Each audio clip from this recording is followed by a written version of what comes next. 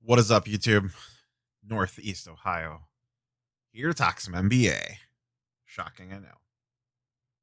So, I have a host of topics I want to kind of hit on today. This might be a little bit rambly.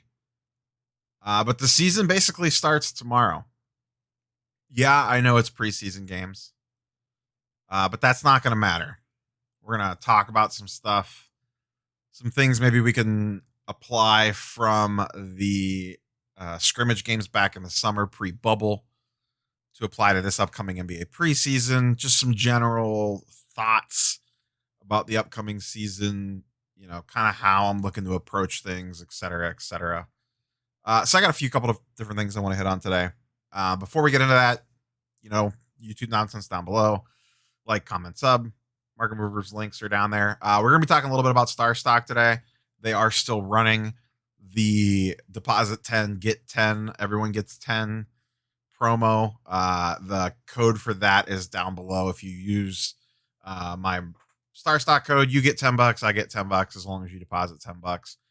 And StarStock is perfect for this NBA preseason stuff. Fun fact, just down the pike on Wednesday, StarStock added sealed wax to their inventory.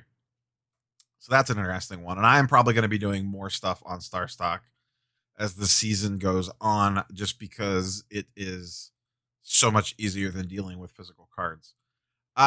So let's get into it. That's the YouTube shenanigans out of the way. So let's talk about the preseason. Okay. Starts tomorrow. And I don't know that it's going to be as crazy as it was during the NBA scrimmage games in the summer. The reason for that is the NBA scrimmage games, no one had seen sports for months. And they were all nationally televised, basically. Pretty much all of them were, between NBA TV, ESPN, etc. So everyone was watching these things because at that time of the pandemic, there was nothing on television. That's not the case now. Football's back, college basketball's on. I do think people are still going to pay attention to them, especially people in the card market. And it still may be super overreactionary. I don't know. But for those of you that are new to the game or you weren't paying attention to this, let's go back to the great Bowl day of 2020. And that was, for those that don't know, August 19th and 20th. So, to go, not quote Allen Iverson here, but we're talking about practice. This was a scrimmage game. It wasn't even a preseason game. It was literally like a summer league game. The Nuggets have no players because they're all in COVID restrictions. And Bull starts. Bull is a buzzy player to begin with in the hobby. Everyone loves him. I don't know why. Well, I know why, but he's just one of those players everybody loves and wants to go crazy. Well, he goes ballistic. On the screen here, we see the market movers chart for his silver prism raw. On the morning of 7/19, this card was trading for $40. On the night of 7/22, it was $102 because he had a good scrimmage. Yeah, the mic didn't break. I'm pausing for dramatic effect here.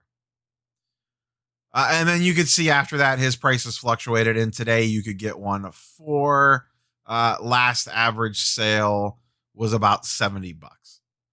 So it is down a little bit from its summer high, but still up from, the 40 bucks or so that it was right before the bubble. Now, leading up, it was even cheaper.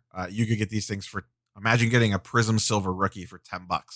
That's what these things were going for in May and June. They were slowly creeping up, and then the ejector seat happened, and he went crazy. So, do I think the same thing is going to happen again Friday night? Maybe. If some random dude that's at the end of the bench goes nuts, his prices are going to go crazy. I would 100% expect that. And you need to be ready for that. So, when I say be ready for that, what do I mean?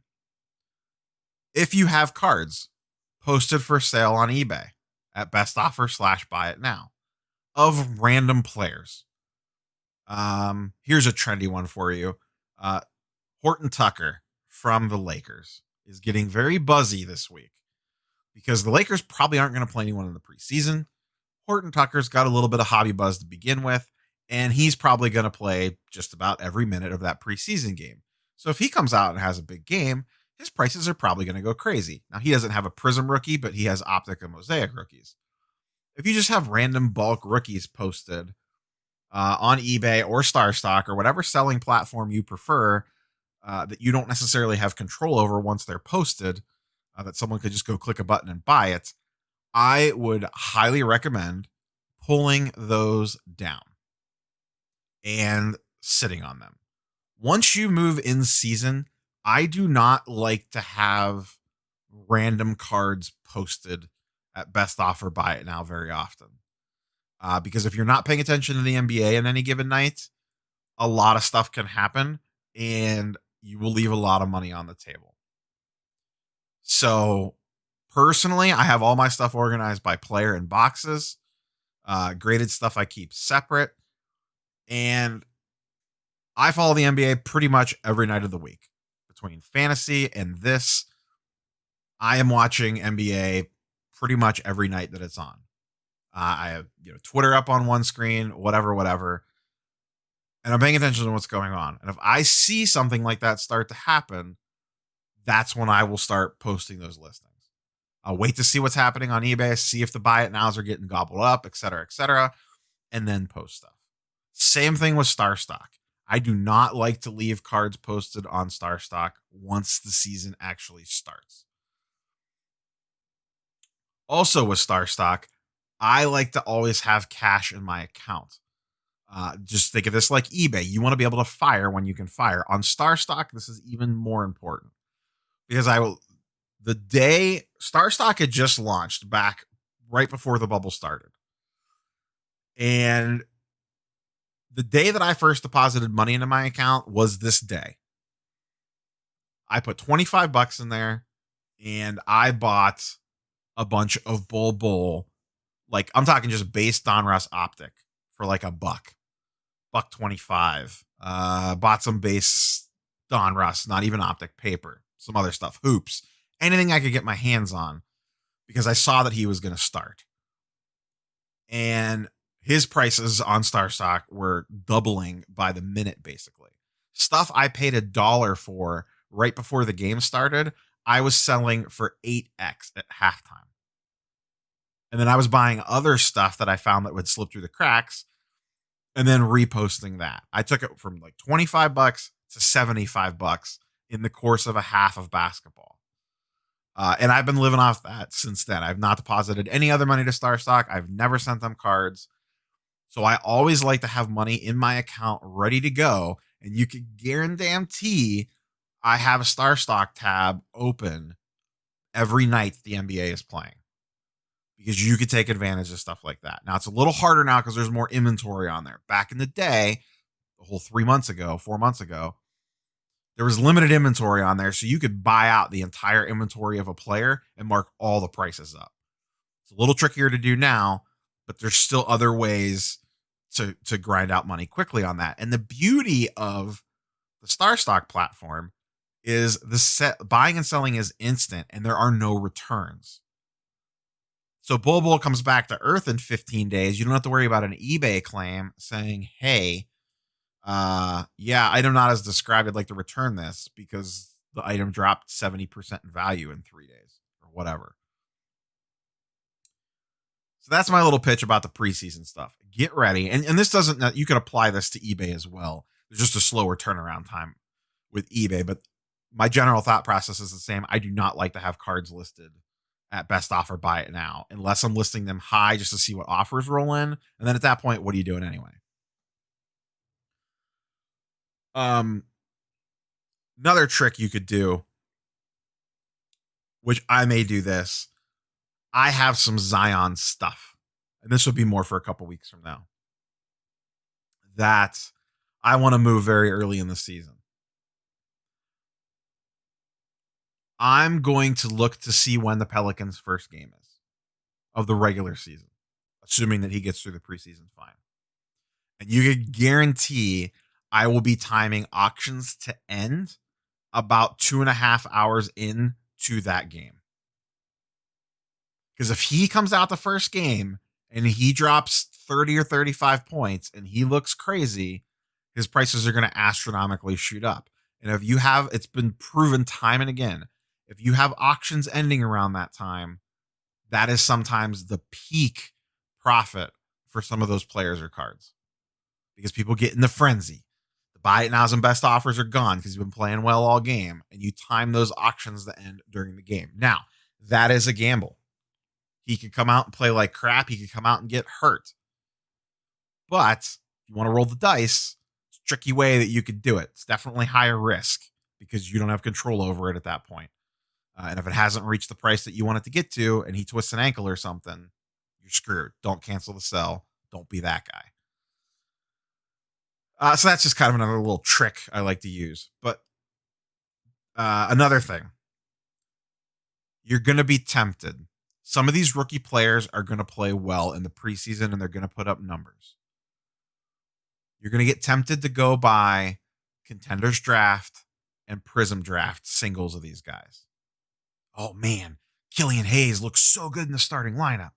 Let me run out there and buy up his Prism Cracked Ice Silver out of Prism Draft or his Contenders whatevers or this, that, or the other thing. Don't do it. College jersey stuff holds very little long-term value and typically will go way down once NBA jersey stuff starts to come out. Don't try to get cute and say, I'm going to buy the Killian Hayes now and quick flip it. Because the second Donruss paper or Hoops paper hits in early January, those prices are going to tank. And this happens like clockwork and people get conned into it like crazy. Because they want to buy something of the player and it's the only product out there is college jersey stuff. Do not fall into the trap. When Denny Avia for the Wizards looks like Luka 2.0, don't run out and buy a bunch of Prism base silvers of him of draft. Don't do it. You'll regret it. Trust me. Just wait for the real product to come out and figure it out then.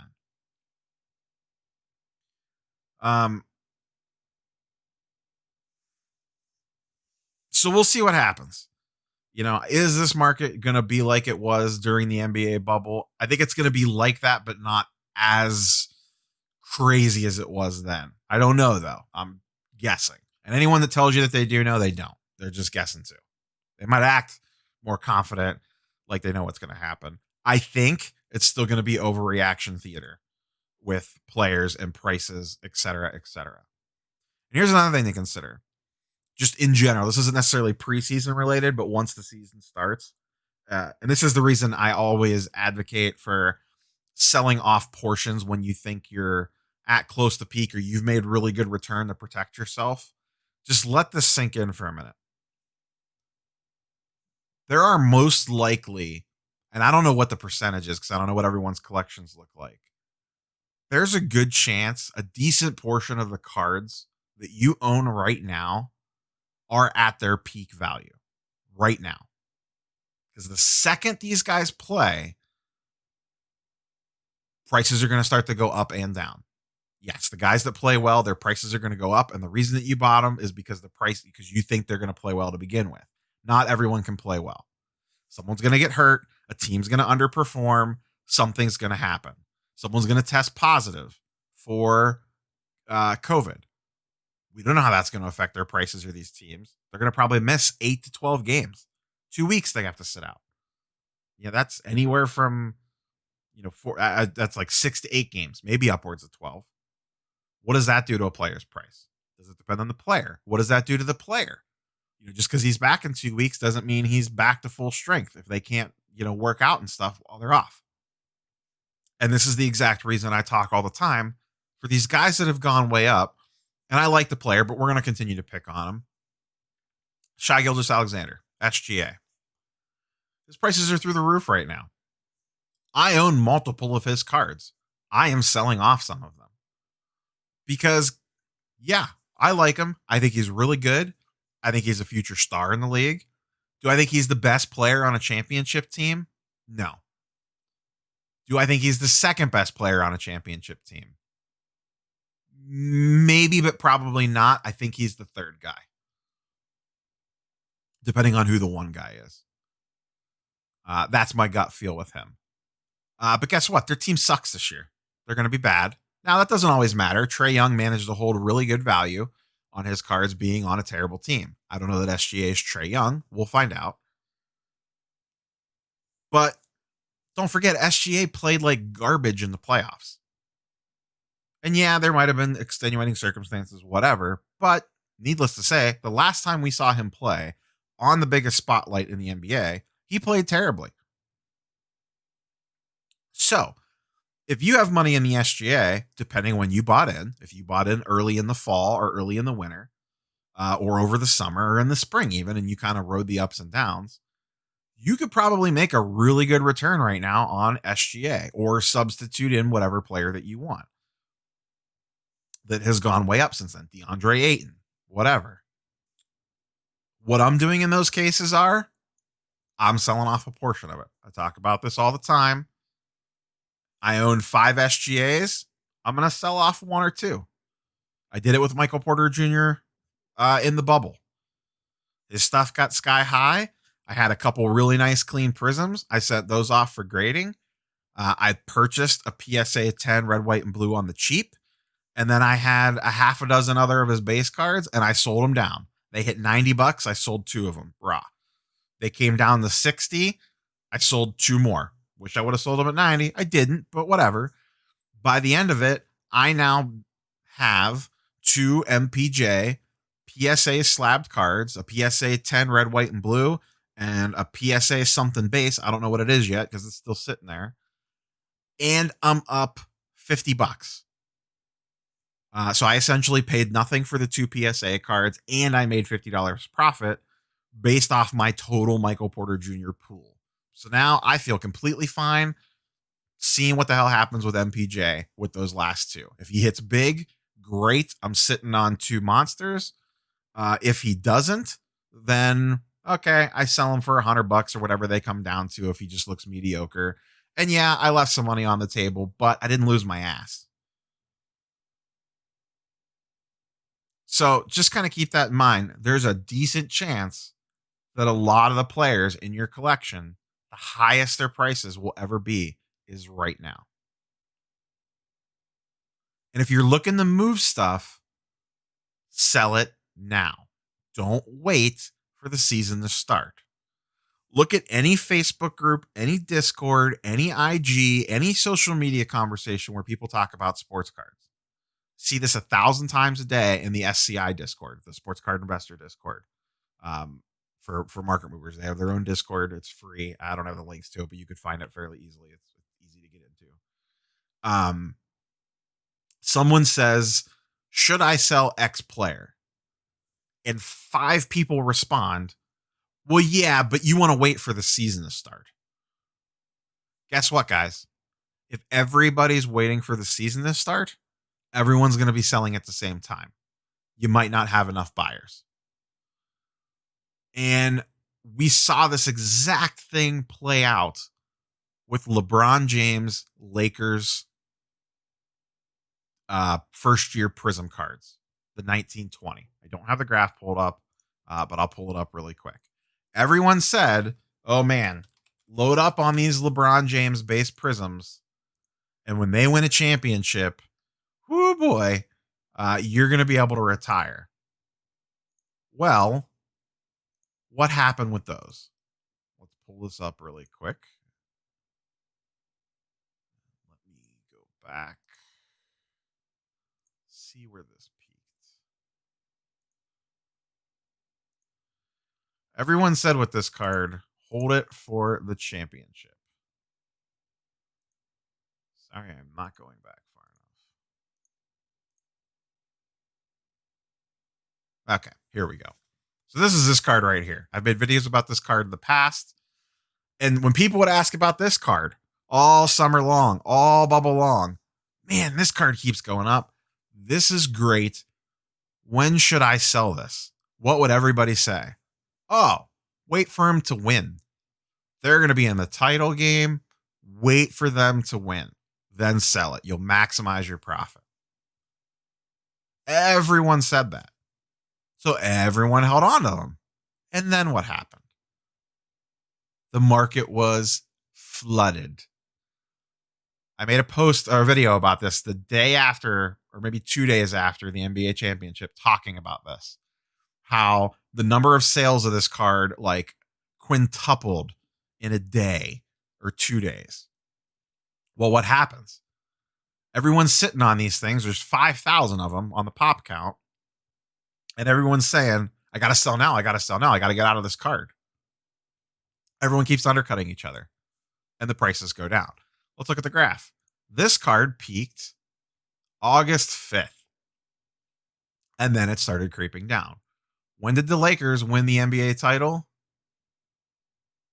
I believe it was right here, 10/17. This card was selling for $200. Early August, it got up to $800. Now, it didn't stay there for very long, so let's put a realistic price tag of it at $500. It was trending up here. It went a little bit above 500, came down, leveled off a little bit, dropped again, and was there for about a week to 2 weeks. It was between $400 and $500. It dropped again. And then it was at around $400, dropped about $100 for about another week, dropped again, was around $300 for about a week, then was just slowly creeping down. Then on the day they actually won the NBA title, it was $190. Within a day, it was at $145. Today, it's at $110. So if you were in here, and say you got into this card, maybe you bought it raw for $10, sent it off to PSA to get graded for $30. You're into this card for $30.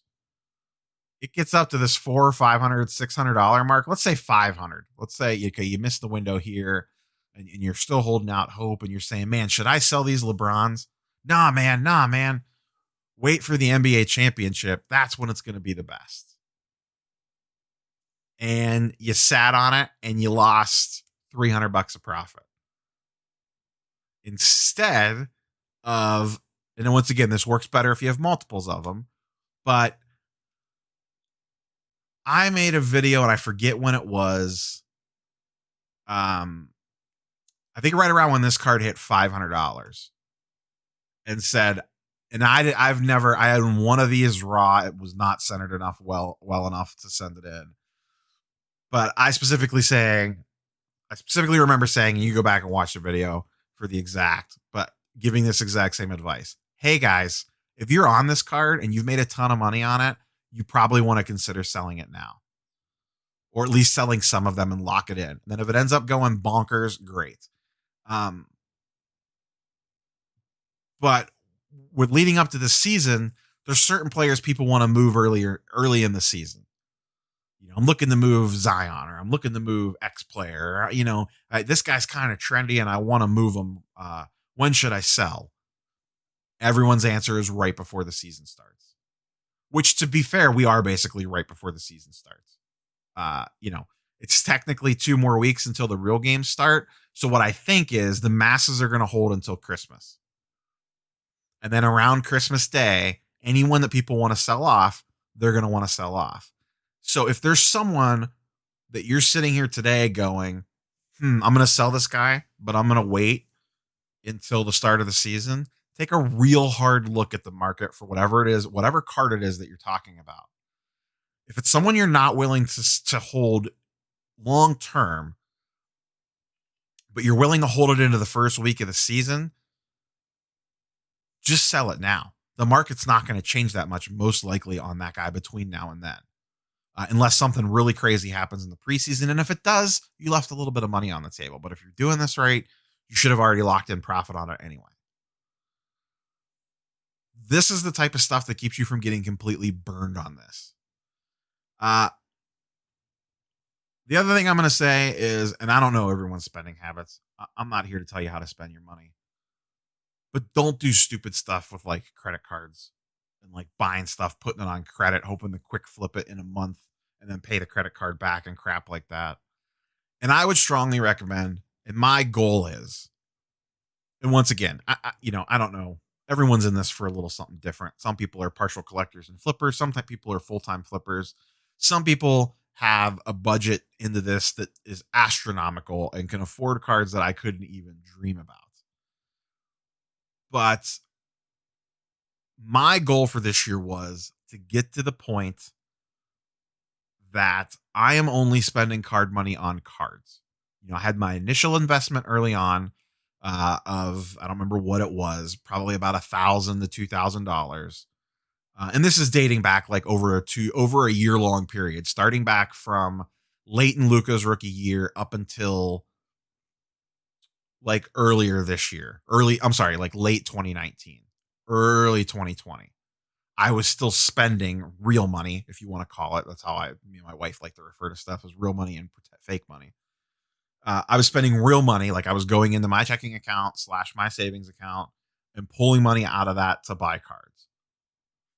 I am at the point now where I have a rule in place, and I recommend setting rules for yourselves, whatever they are. They don't have to be my rules, but come up with some type of rule. Just in general. And I have more than one, but this is my biggest one. I am at the point now that I will only spend card money on cards. I will not dip into the checking account. And I've gotten to the point where I'm also starting to pay myself back. eBay went to managed payments. They've begun moving people over to managed payments. You might not be on managed payments yet. And most of my sales still happen on eBay. I'm at the point now, and I don't sell a ton on eBay. I probably only move. I'm not a volume flipper. I make key targeted acquisitions of a handful of cards and then move them. I sell maybe 20 cards a month, give or take. Because I still work a full-time job. This is not my full-time job, but I spend a lot of time doing it. I'm at the point now. So with managed payments, if you guys aren't on managed payments yet, it doesn't go directly into PayPal anymore. It goes into your eBay account, which then dumps it into a checking account of your choice. With the pandemic on, I have not had an opportunity to go into the bank and set up another checking account. I really didn't feel like dealing with it online. So for now, it's just going into my regular primary checking. You can have those payments set up to go out daily or weekly. Initially, I had daily, and then I changed it to weekly. In weekly, it essentially basically deposits once a week like a paycheck. And what I have started to do is, as that money gets deposited from eBay, I take half of it and I either leave it in my checking or move it into my savings. And I take the other half and put it into my PayPal account. And that's my card money. If there's something I really, really wanted, I would go dip into, because I know that I'm putting card money back in, but I'm trying to essentially pay myself back for that $1,000 to $2,000 or whatever initial investment. And also just generally start protecting myself if this whole thing goes belly up. Do I think it's going to? No, not anytime soon. Could it? Who the hell knows? And anyone that tells you different, once again, has no clue. We're all flying by the seam of our pants. So that's just one of my rules. I have a few rules. That's one of them. The other one is I don't mess around with college jersey stuff. That's one. And I don't do breaks. I know a lot of people like breaks. I personally don't. Because I'm not in this. I'm more in it to collect the cards that I want and make money off the ones that I don't. And breaking in general is generally a lost leader. Same with ripping wax. Do I like ripping wax? Yes. Is it smart to rip wax? No. So I try to control myself as much as possible. I don't really have that much wax sitting around in the house anyway. But my biggest rule right now is I only spend card money on cards. And then if it all goes belly up, add out some opportunity costs to not selling stuff when I could. If it doesn't, then hey, cool. We'll let this tidal wave ride it out and see where the hell it crashes. So all right. That's what I wanted to talk about today. Like I said, just kind of wanted to ramble on with some general thoughts about some stuff. This is probably a lot longer than normal. So like, comment, and sub down below. Hopefully you guys found this helpful, and good luck in the preseason craziness. I will be back Sunday for the normal week in review video, and I'm sure we'll have some stuff to talk about from Friday and Saturday's games. But yeah, any questions or comments, leave them down below, and we will catch you guys on the next one. Peace.